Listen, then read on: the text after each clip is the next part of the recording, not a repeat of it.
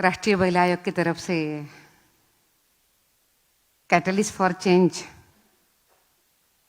इस कार्यक्रम के समापन में उपस्थित हमारे सभी के मार्गदर्शक, जिन्होंने केवल हमें नहीं,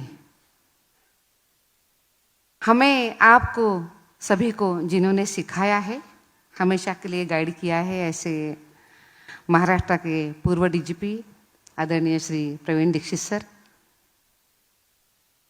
इस मंच पर उपस्थित राष्ट्रीय महिला आयोग के हमारे मेंबर सेक्रेटरी, जिनके नेतृत्व में ये इतने शानदार तरीके से ये कार्यक्रम हुआ है, ऐसे श्री सुदीप जैन जी, मंच पर उपस्थित हमारी महाराष्ट्र की एडीजीपी, जिनको केवल महाराष्ट्र ने पूरा देश जानता है नवाचारों के लिए, ऐसी श्रीमती अस्वती दोर्जे जी। ये कार्यक्रम करने के लिए हम तो ऐसे ही आए और कार्यक्रम कर लिया, पर जिन्होंने इस कार्यक्रम करने के लिए दिन रात मेहनत करी है, ध्यान दिया है और बार बार हमें आश्वस्त किया है कि नहीं, आप चिंता मत करें, हम कार्यक्रम बहुत अच्छा करेंगे। मुझे विश्वास है कि आपको भी ये कार्यक्रम ज़रूर पसंद आया होगा। जिन्होंने ये सब कुछ किया है हमारे लिए, ऐसे हमारे पुणे के कलेक्टर श्री जितेंद्र डूडी जी, उन्हीं के साथ साथ इस मंच पर उपस्थित हमारे यहाँ के ग्रामीण जिला के हमारे एसपी श्री संदीप सिंह गिल जी, हमारे यहाँ के जिला परिषद के हमारे सीओ जो आज यहाँ पे बैठे हैं, पीछे काम करने वाले बहुत हाथ होते हैं, सामने नहीं आते हैं, ऐसे हमारे सीओ, उन्हीं के साथ साथ यहाँ पर उपस्थित आप सभी मेरे प्यारे साथियों। आज समापन करते समय मैं सोच रही थी कि क्या कुछ रह तो नहीं गया। मैंने सुदीप जी को अंदर अभी पूछा कि आपके अनुसार ये कार्यक्रम अप टू द मार्क हो गया है, कुछ छूटा तो नहीं। तो उन्होंने मुझे हंसकर कहा कि नहीं, ज़रूर ये हुआ है, पर मैडम आप ये भी ध्यान में रखिए कि लर्निंग प्रोसेस तो चलती रहती है। मैं भी अगर कुछ विषय आज छूट गए हैं या समय के अभाव से रह गए हैं, तो आगे हम उनको साथ में लेके चलेंगे। उन्होंने जो ये शब्द मुझे कहे तो मैं बहुत आश्वस्त हो गई कि ठीक है, आज कुछ विषय रहे होंगे, पर आगे चल के तो हम ज़रूर एक दूसरे के साथ संपर्क में रह सकते हैं। और फिर एक तरीके से मैं समझती हूँ कि एक पूर्णता आई है इस भाव से आज इस कार्यक्रम का समापन करने के लिए मैं यहाँ पे खड़ी हूँ। मेरा स्पीच शुरू करने के पहले मुझे ज़रूर एक बात कहनी है। आज का दिन बहुत अच्छा है। आज आप सभी को पता है कि आज आषाढ़ महीने की एकादशी है, जो बड़ी एकादशी हम कहते हैं। और आज महाराष्ट्र में सबसे बड़ी यात्रा, पंढरपुर के विठोबा की यात्रा आज पूर्ण होती है। मैं आज आपको इसके बारे में ज़रूर कहूँगी कि महाराष्ट्र में ये जो यात्रा चलती है, लगभग 15-18 दिन ये यात्रा चलती है। महाराष्ट्र, कर्नाटका, ऐसे जगहों से दूर दूर से लोग आते हैं और पैदल चलते हैं। यहाँ से देहू से, आलंदी से, पुणे से ये यात्रा शुरू होती है पैदल चलने की, और पंढरपुर तक पैदल चलते चलते लोग पहुँच जाते हैं। और जो भक्ति का जो महासागर हम वहाँ पे देखते हैं, आप कल्पना करिए कि लाखों लोग चल रहे हैं भगवान की भक्ति में, विठोबा राया की भक्ति में वो चल रहे हैं, और वो भक्ति के साथ उस परमेश्वर को अपने साथ जोड़ रहे हैं। और वहां पे कोई लिंग भाव नहीं रहा है, ये पुरुष है, ये महिला है, ये बच्चा है, ये बेटी है, कुछ नहीं है। आप भी माउली हो, माउली बोले तो माँ, और मैं भी माउली हूँ। दोनों भी माउली है, दोनों भी माँ है, जो चाहे वो पुरुष हो। ये भाव ही खत्म हो जाता है कि हम कुछ अलग है, आप पुरुष है, हम महिला है।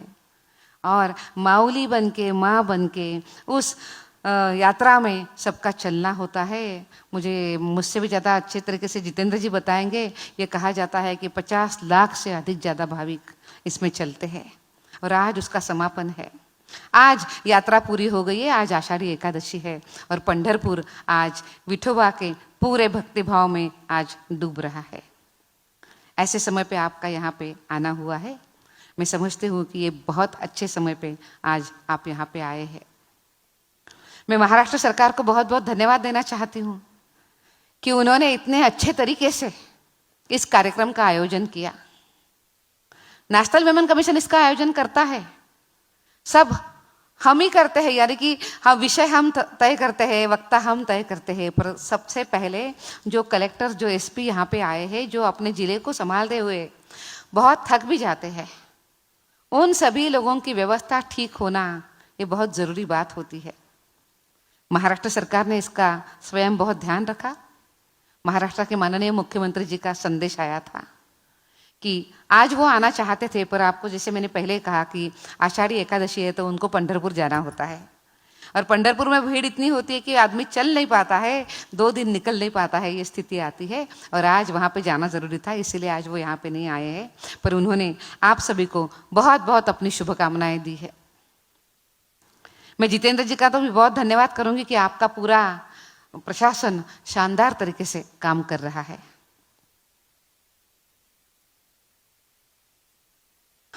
मैं ये भी आपको कहूँगी कि एक अधिकारी की पहचान केवल उसके पद से नहीं होती है, बल्कि समाज के प्रति उसकी क्या सोच है, उसकी सेंसिटिविटी कितनी है, और वो समाज के प्रति पॉजिटिव निर्णय कैसे लेता है, उसके ऊपर वो निर्भर होती है। इन 2 दिनों में जिस तरीके से आप सभी ने विमेन सेफ्टी, विमेन राइट्स और जेंडर रिस्पॉन्सिव गवर्नेंस से जुड़े विषयों पर विचार विमर्श किया, वह आपके कमिटमेंट को दर्शाता है। एक बात मैं कल से ऑब्जर्व कर रही हूँ, कितनी बार तो इतना शांति का समय नहीं मिलता है, खाना खाने के बाद तो लगता है कि भाई 5 मिनट तो जाके बैठेंगे, और मैं सोच रही थी कि मैं भी कुछ लोग तो जरूर कम हो जाएंगे, पर हम जब अंदर आए तब उसमें से एक भी व्यक्ति कम नहीं हुआ था। मेरी कमिटमेंट है, हम ये कहते हैं, पर कमिटमेंट बोलने से नहीं होती है, आपको वो दर्शानी होती है, और आपकी कमिटमेंट मैंने यहाँ पे देखी है। हमने यहाँ पे ये समझने का प्रयास किया कि महिलाओं से जुड़े हुए मुद्दे केवल लॉ एंड ऑर्डर का विषय नहीं है, बल्कि यह गुड गवर्नेंस, सोशल जस्टिस और सेंसिटिव एडमिनिस्ट्रेशन का भी बहुत अच्छा विषय है। आज के समय पे इफेक्टिव गवर्नेंस के लिए केवल लॉज की जानकारी पर्याप्त नहीं है, इसके लिए आवश्यक है administrative innovations, inter departmental coordination, और सबसे महत्वपूर्ण है ह्यूमन सेंसिटिविटी। आज हमने इन अनेक विषयों पर बात करी है। मुझे आशा है कि आज के जो हमारे वक्ता आए थे वो अलग अलग फील्ड से आए थे, अलग अलग विषयों को लेकर आए थे। हमने ये प्रयास किया कि एक भी विषय रिपीट न हो, आपको अलग अलग विषयों की जानकारी मिले, आप नॉलेज के साथ चले और आज के समय के साथ चले, ये भी करने का प्रयास किया है। आप सभी ने जितना भी हो सकता है, जितना समय हमें मिला, उतने भी अपने अपने फील्ड एक्सपीरियंस भी आपने साझा किए हैं। ग्राउंड लेवल की चैलेंजेस पर भी आपने खुलकर चर्चा करी है, और प्रैक्टिकल सॉल्यूशंस पर भी हमने विचार किया है। यही संवाद एडमिनिस्ट्रेशन को और अधिक प्रभावी बनाता है। मैं ये जरूर कहूँगी कि ये प्रोग्राम हमें क्या देता है, तो मुझे ऐसा लगता है कि कुछ सीख हमें जरूर मिलती है। पहली सीख ये है कि जेंडर इंक्लूसिव गवर्नेंस कोई अलग विषय नहीं है, बल्कि डिस्ट्रिक्ट एडमिशन की मूल कार्यप्रणाली का वो हिस्सा होना चाहिए। जब एडमिनिस्ट्रेशन की सोच में सेंसिटिविटी आती है, तभी गवर्नमेंट स्कीम का लाभ अंतिम व्यक्ति तक पहुंचता है। और यहाँ तो हम आधी आबादी की बात कर रहे हैं, पर यह बात केवल आधी आबादी की नहीं है। अगर कुछ बुरा घटता है तो सबसे उसका बुरा दुष्परिणाम उस घर की महिला और बच्चों के ऊपर आता है, और अगर अच्छा खूब चलता है, गवर्नमेंट अच्छा काम करती है, सरकारी योजनाओं को जमीनी स्तर पर, धरातल पर उतारती है, महिलाओं के लिए काम करती है, तो लाभ केवल 50% महिलाओं को होता है ऐसा नहीं है, तो वो लाभ पूरे परिवार को होता है। इसलिए जब हम काम करते हैं, जब हमारी सोच है, तो हमारी सोच ये होनी चाहिए कि हमने केवल महिलाओं के लिए काम नहीं किया, एक महिला के लिए काम किया तो एक परिवार के लिए हम काम किया है, ये सोच लेकर हमें चलना होगा। और जब हम परिवार के लिए काम करते हैं तो अपने आप में अपने जिले के सभी लोगों को हम साथ में कवर कर लेते हैं। दूसरी सीख है, लॉ तभी इफेक्टिव होते हैं जब उनका इम्प्लीमेंटेशन मजबूत होता है।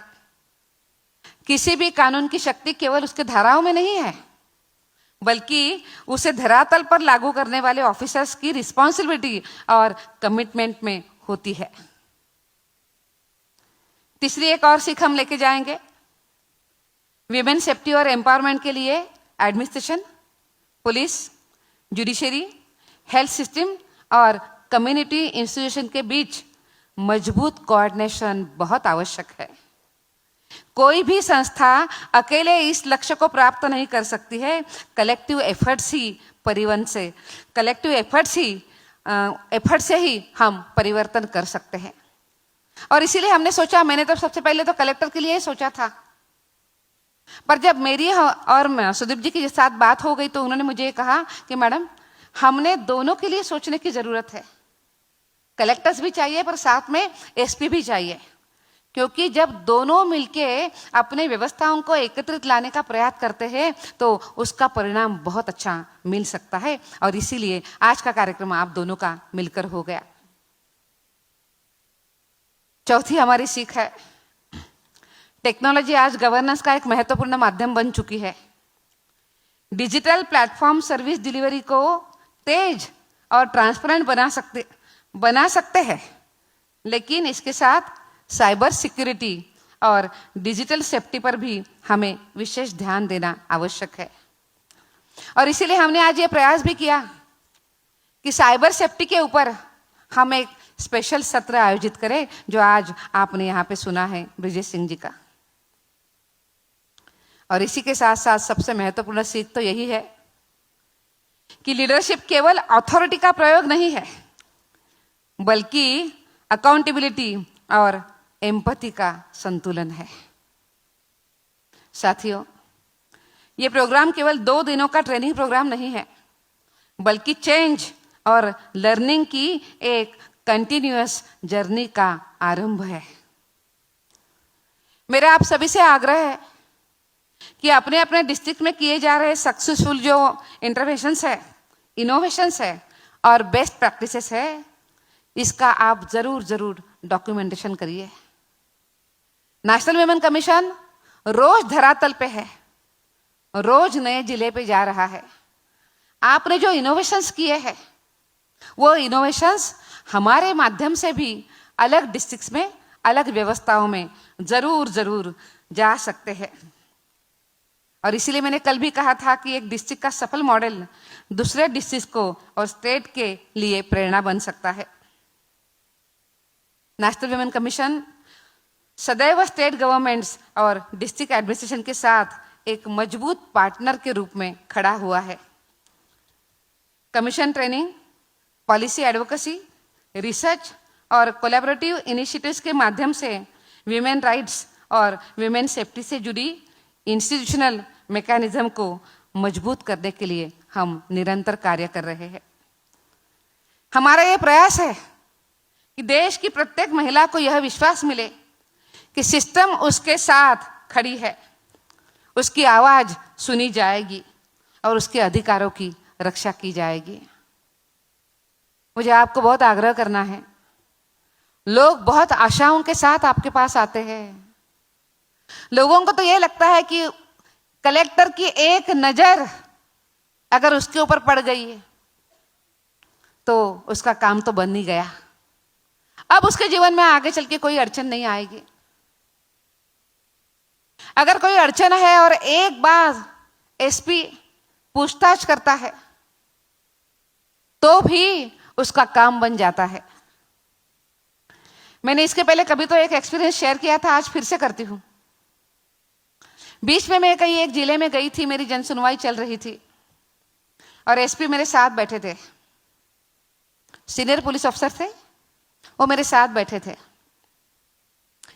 तो जब महिला आती थी तो मुझे बताती थी, बात करती थी, मैं उसकी बात सुनती थी, उसको मैं थोड़ा धैर्य भी देती थी, फिर मैं उनके साथ भी बात करती थी एसएसपी के साथ कि ये हुआ है, क्या कर सकते हैं, देखो वगैरह वगैरह, इस तरीके से।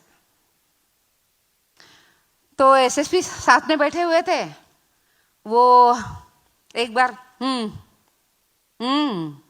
इतना कर रहे थे अपने ऑफिसर्स को। अब हमें नहीं पता कि उसका अर्थ क्या होता है, पर काम तो हो रहा था, उनके से काम चल रहा था। तो जब ये सब कुछ हो गया तो बाहर आने के बाद उस महिला ने मुझे कहा कि मैडम आज तो आपने बता दिया एफआईआर करने के लिए, अब तो एफआईआर हो भी जाएगा। मैंने उनको कहा था, मैंने यहां से उठने के पहले मुझे एफआईआर करके चाहिए। उन्होंने कहा था मैडम मैं कर लूंगा, इतनी एक ही बात उन्होंने मुझे बोली थी, पर उनका चल रहा था।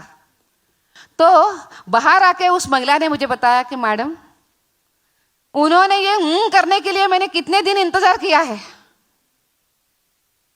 आप देखिए लोगों की ये भावना है, क्योंकि उनको ये लग रहा था, उसमें वो खुश थी कि कभी तो एसपी देखे करे तो उसका काम आगे बढ़े। मुझे आपको एक बात कहनी है, आप इताते हैं इसीलिए कि हम इतना भी नहीं काम करते कि हम बहुत थक जाते हैं। थोड़ा सिस्टमेटिक होने की जरूरत होती है, पर उसके साथ साथ हमें यह भी पता है कि हम जब तक धरातल पे नहीं उतरेंगे, हम नहीं जाएंगे, तब तक महिलाओं की आस ऐसी ही अधूरी रहेगी।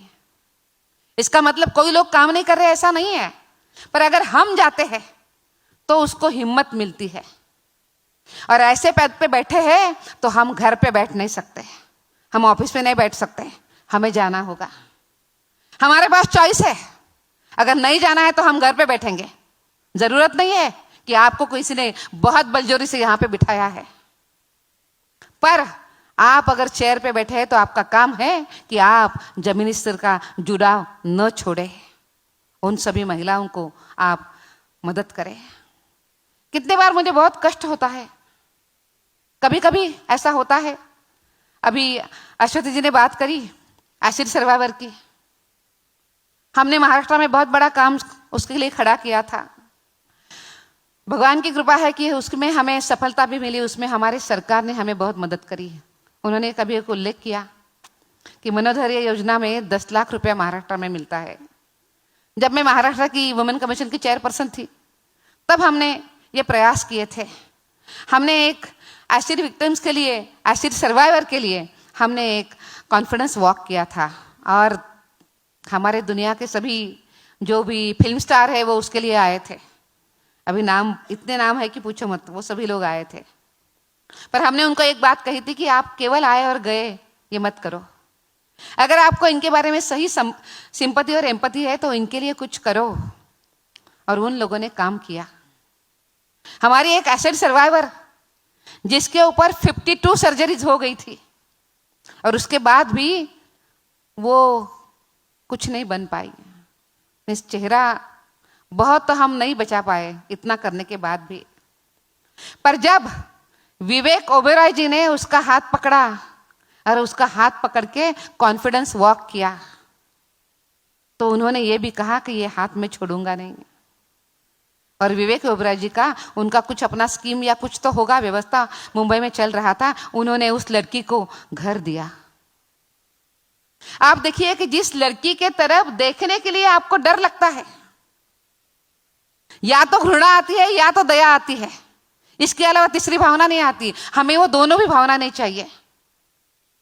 उस समय पे जब उसका घर मिला, उसका कॉन्फिडेंस बहुत बढ़ा और उसके बाद हमने उसकी शादी भी कर दी। और भी कुछ एसिड सर्वाइवर थे, उनकी हमने शादी कर दी। वो ठीक चल रहे हैं उनके जिंदगी में, वो ठीक है। जो सामने आए, जो मिले, जिनके लिए कुछ कर सकते थे उतना हमने किया। पर हमें यह भी पता है कि ऐसे तो अभी सैकड़ों लोग हैं जिनके लिए हमें काम करने की जरूरत है। मैं मेरे जगह पे मेरा काम करूं, पर आपकी भी तो एक जगह है काम करने की। मुझे आपको भी तो पूछना है कि आपके डिस्ट्रिक्ट में एसिड क्यों मिलता है? क्या उसके लिए हम कुछ कर नहीं सकते? मैं जब जब कलेक्टर्स और एसपी के साथ बात करती हूँ तब तो बात यह आती है कि मैडम वो तो क्या होता है, इंडस्ट्रियल यूज होता है, इसके लिए लगता है, ये है, वो है, वो है। मुझे पता है कि वो सही में लगता है इंडस्ट्रियल यूज, पर आप मुझे बताओ कि आप में और अन्य लोगों में कोई अंतर नहीं है? अगर कलेक्टर और अगर एसपी उत्तर देता है तो वो किसके पास जाएगी? लड़कियां सेफ कैसी रहेगी? आपके पास अधिकार है, आप उसको रोक नहीं सकते। देखिए, आपके रीजन वैलिड हो सकते हैं, मैं ना नहीं कर रही हूं, पर ना करने के लिए या कुछ काम नहीं होने के लिए या कारण बताने के लिए तो आपके पास सैकड़ों कारण है। हमें वो कारण देने हैं या हमारे पास जो अधिकार है उसका उपयोग करते हुए उसके ऊपर क्या हम रोक लगा सकते हैं? क्या उसके लिए हमने कुछ कदम उठाए? बहुत बार मैं जब जाती हूं तो कलेक्टर्स बहुत बिजी होते हैं। मुझे पता है कलेक्टर्स के ऊपर इतना लोड है, इतने विषयों को उनको देखना होता है, ये भी मुझे पता है। पर उसके बावजूद भी आपका एक सेंसिटिव निर्णय किसी की जिंदगी बदल सकता है। मैं आपको ये भी बात कहूंगी कि हमें खुद को रोज सेंसिटाइज करना पड़ता है। एक दिन का काम नहीं है ये। जब जन सुनवाई हम करते हैं तो एक के बाद एक 2 3 4 10 20 50 100 केसेस आ जाती है तो थक जाते हैं और बाद में लगता है कि क्या ये ऐसे ही लोग आते रहते क्या, ऐसी कंप्लेंट्स आती रहती का, चलो आगे चलो आगे चलो। जब यह स्थिति आती है तो खुद को ये बार बार बताना पड़ता है कि मैं इसके लिए यहां पे नहीं आई हूं कि आगे चलो कहने के लिए, मैं तो आई हूं उस महिला को न्याय देने के लिए। मुझे खुद को भी बार बार बोलना पड़ता है, ये मानवीय स्वभाव है। आप तो रोज वही काम करते हैं, आपको ये तकलीफ जरूर हो सकती है कि कितनी बार हम अपने सेंसिटिविटी कितनी बढ़ाएंगे। पर मैं आपको ये भी कहती हूं कि उस सेंसिटिविटी को अपने जीवन का हमें हिस्सा बनाने की बहुत जरूरत है। एक बार अगर वो आदत में आती है तो आदत से हम अनेक चीजें करते हैं, उसके लिए अलग कुछ नहीं करना पड़ता है, पर हमें वो करने की बहुत ज्यादा जरूरत है। बहुत लोगों की आशाएं आपके ऊपर टिकी हुई है। मैं जैसे आपको फिर से वही कहूंगी कि एडमिनिस्ट्रेशन डिसीजन किसी भी व्यक्ति का जीवन बदल सकता है। एक समय पर किया गया इंटरवेंशन किसी परिवार की आशा भी वापस ला सकता है। एक रिस्पॉन्सिव इंस्टीट्यूशन समाज में ट्रस्ट और कॉन्फिडेंस का निर्माण कर सकता है। आप सभी डिस्ट्रिक्ट एडमिनिस्ट्रेशन और पुलिस के ऑफिसर्स जो है वो गवर्नमेंट के सबसे बड़े चेहरे हैं। जनता आप में केवल एक ऑफिसर नहीं देखती है, बल्कि जनता जस्टिस, सिक्योरिटी और ट्रस्ट की उम्मीद भी देखती है। जब मैं जाती हूँ डिस्ट्रिक्ट में तो मैं एक रिव्यू कर लेती हूँ कि महिला केंद्रित जो योजना है उसका क्या चल रहा है, कैसे चल रही है, उसका महिलाओं को लाभ मिल रहा है क्या, टारगेट पूरा हुआ है क्या, प्रत्यक्ष रूप में जमीनी स्तर पर क्या हकीकत है, उनके जीवन मान, चाहे एजुकेशन हो, चाहे उनका पढ़ना हो, चाहे उनका स्किलिंग हो, सेल्फ हेल्प ग्रुप की महिलाएं हो, उनका कानून का जानकारी हो, इसके बारे में वो कैसे काम कर रही है, ये हम उनको पूछते हैं, देखते हैं। तब कितने बार ऐसा भी होता है कि बस एक प्रेजेंटेशन चलता रहता है।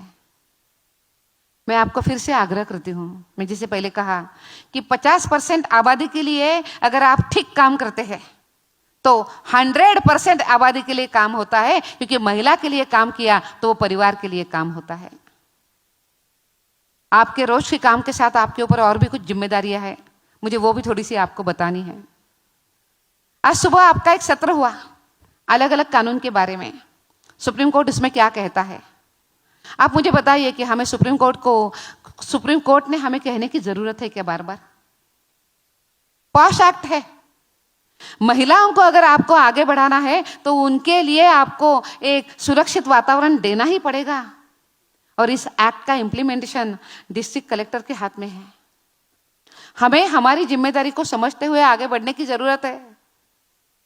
देखिए, इसके लिए आपको रोज काम नहीं करना है, आपको व्यवस्था लगानी है, और व्यवस्था के लिए आपके पास लोग भी हैं। हमें वो व्यवस्था लगाने की बहुत ज्यादा जरूरत है। यहाँ पे जो कलेक्टर्स बैठे हैं, मुझे उनको आग्रह करना है कि आपके जिले में इतने जगह पे आपकी इंटरनल कमेटी बन सकती है। स्कूल्स है, कॉलेजेस है, इसी के साथ साथ आपका समाज कल्याण विभाग है, उनके हॉस्टल्स है। आप जहां से एनओसी देते हैं, जहां से आप परमिशन इश्यू करते हैं, जहां से आप इस तरीके से पेपर्स देते हैं, शॉप एक्ट देते हैं, अनेक चीजें देते हैं, वहां से आप उन डिपार्टमेंट को क्यों नहीं कहते हैं कि सबसे पहला तो कंप्लायंस करना यहाँ पे जरूरी है, आप सबसे पहले इंटरनल कमेटी का गठन करके आओ, ये उनके ऊपर जिम्मेदारी क्यों नहीं देते हैं? बड़ा शहर है, कमेटी कितनी से? 200, 250, 300, 500, 1000। जहां पे 1000 कमेटीज है वहां पे 10,000 कमेटीज बन सकती है। एक बार अपने उन सभी लोगों को काम में लगाओ। एक बार 1 महीने का एक पूरा का पूरा एक प्रोग्राम बनाओ कि 1 महीने के अंदर ये सभी डिपार्टमेंट्स इंटरनल कमेटी बना के लाएंगे। डिस्ट्रिक्ट का जो महिला बाल विकास अधिकारी उसके पास देंगे, पूरी जानकारी वो सी बॉक्स पोर्टल पर डालेगा और उसके बाद आगे चल के 3 महीने आपके महापालिका का, आपके जिला परिषद का, किसी का तो बड़ा सभागार होगा ही, सरकार के पास सभी व्यवस्था होती है। 2 लोगों को तैयार करिए ट्रेनिंग देने के लिए, और उन 2 लोगों को आपके जितने भी लोग हैं, अगर समझो आपकी 2000 कमेटी हुई है तो 5 मेंबर है तो आपको 10,000 लोगों का ट्रेनिंग करना पड़ेगा। अगले 3 महीने रोज ट्रेनिंग चलाइए, 2 घंटे का काम है। लोगों को आना पड़ेगा क्योंकि इट्स अ मैंडेटरी मैटर। कौन नहीं कहेगा आपको? आप अगर कहते कि आपने आना है और इस लॉ के बारे में ठीक से ट्रेनिंग करना है, उनको लेना पड़ेगा। हमें ये व्यवस्था बिठाने की बहुत जरूरत है।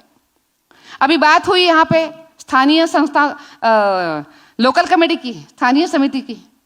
कितनी महत्वपूर्ण कमेटी है ये। आप देखिए कि आपके जिले में बहुत बड़ी संख्या में अनऑर्गेनाइज सेक्टर में काम करने वाली महिलाएं हैं।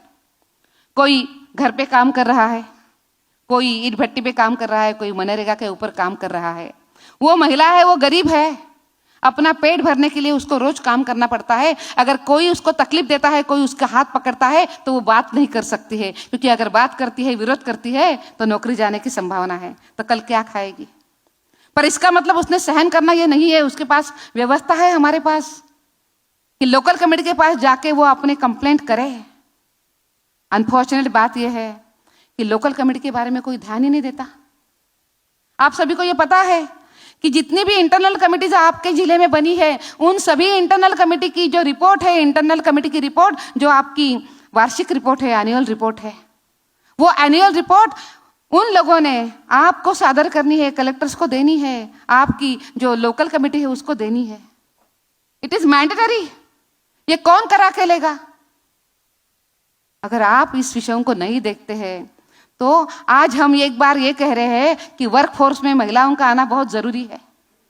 तो अगर उनको हम ये वातावरण नहीं देंगे, उनको हम अगर सेफ वर्क प्लेस नहीं देंगे, तो वर्कफोर्स में महिलाएं कैसी आएगी? हमें उसके ऊपर सोचने की बहुत ज़्यादा ज़रूरत है। ऐसे अनेक विषय आपके माध्यम से हो सकते हैं। एक आखिरी विषय आपके साथ बात करना चाहती हूँ। आज हम देख रहे हैं कि भारत की महिलाएं बहुत प्रगति कर रही है, फैमिलीज भी उनको सपोर्ट कर रही है, पर उसी के साथ साथ हम ये भी देख रहे हैं कि हमारी जो यंग जनरेशन है, उन जनरेशन को शादी के बारे में ठीक से बताना भी बहुत जरूरी है। मैं इस पार्ट का कोई निगेटिव बात नहीं करूंगी, पर मैं एक बात जरूर करूंगी जो बहुत आशाओं के साथ भरी हुई है। जब विवाह होता है तो वो किस लिए होता है? नई उमंगों के साथ, नई आशाओं के साथ और नई सपनों के साथ, जो दोनों में लोग मिलके वो नए सपने देखते हैं। पर हम जब ये सपना देखने का काम वो दोनों करते हैं, तब घर के लोगों का काम क्या होता है या व्यवस्थाओं का काम क्या होता है? तो एक तरफ आप बात कर रहे हैं आपके यहाँ की रीति रिवाज की,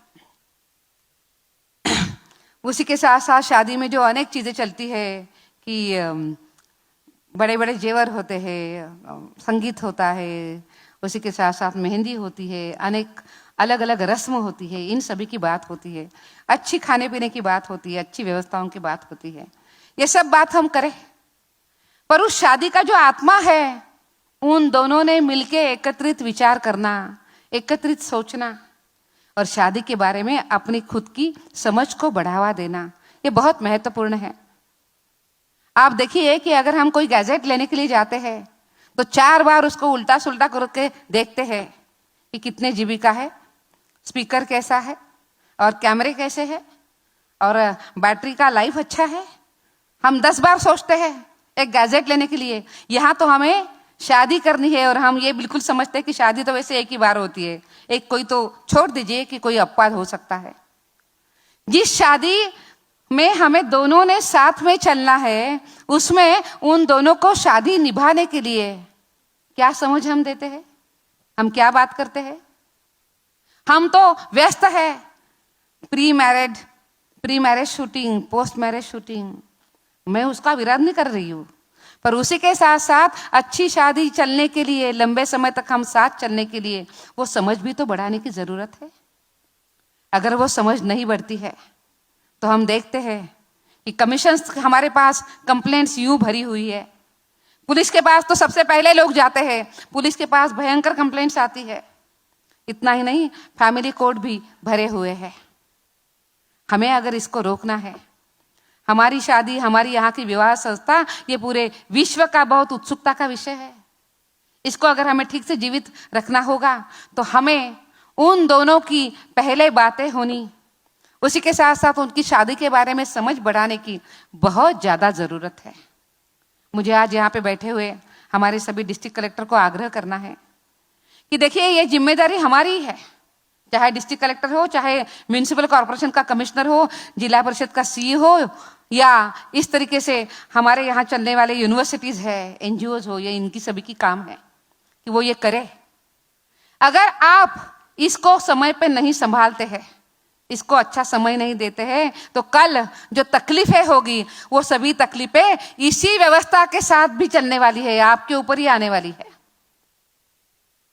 आपके ऊपर ही आने वाली है। पुलिस के पास तो कंप्लेंट बढ़ी जाएगी, कलेक्टर को ये लग सकता है कि हमारे पास तो क्या, हमारे पास तो ये कुछ नहीं आता है, पर ऐसी बात नहीं है। वन स्टॉप सेंटर आपके पास है, डिस्ट्रिक्ट लीगल अथॉरिटी जो है वो आपके पास है, protection officer domestic violence act के अनुसार वो आपके पास है। आप कल्पना करिए उनके ऊपर कितना लोड आएगा। उनके ऊपर लोड आता है तो अपने आप आपके ऊपर लोड आएगा, जिम्मेदारी तो आपकी है। इसीलिए हमारी जिम्मेदारी कलेक्टिव जिम्मेदारी है। इस कलेक्टिव जिम्मेदारी को लेकर हम कैसे चल सकते हैं, ये भी देखना बहुत जरूरी है। आखिर में मुझे ये आग्रह करना है कि जरूर कलेक्टर और उसी के साथ साथ आपके सीपी या एसपी साथ में बैठे, महिलाओं के विषय के जो प्रश्न आते हैं उन प्रश्नों को सुलझने के लिए आपका वन स्टॉप सेंटर हो, आपकी डिस्ट्रिक्ट लीगल अथॉरिटी हो या प्रोटेक्शन ऑफिसर हो, इन सभी व्यवस्थाओं को दोनों साथ साथ साझा करो।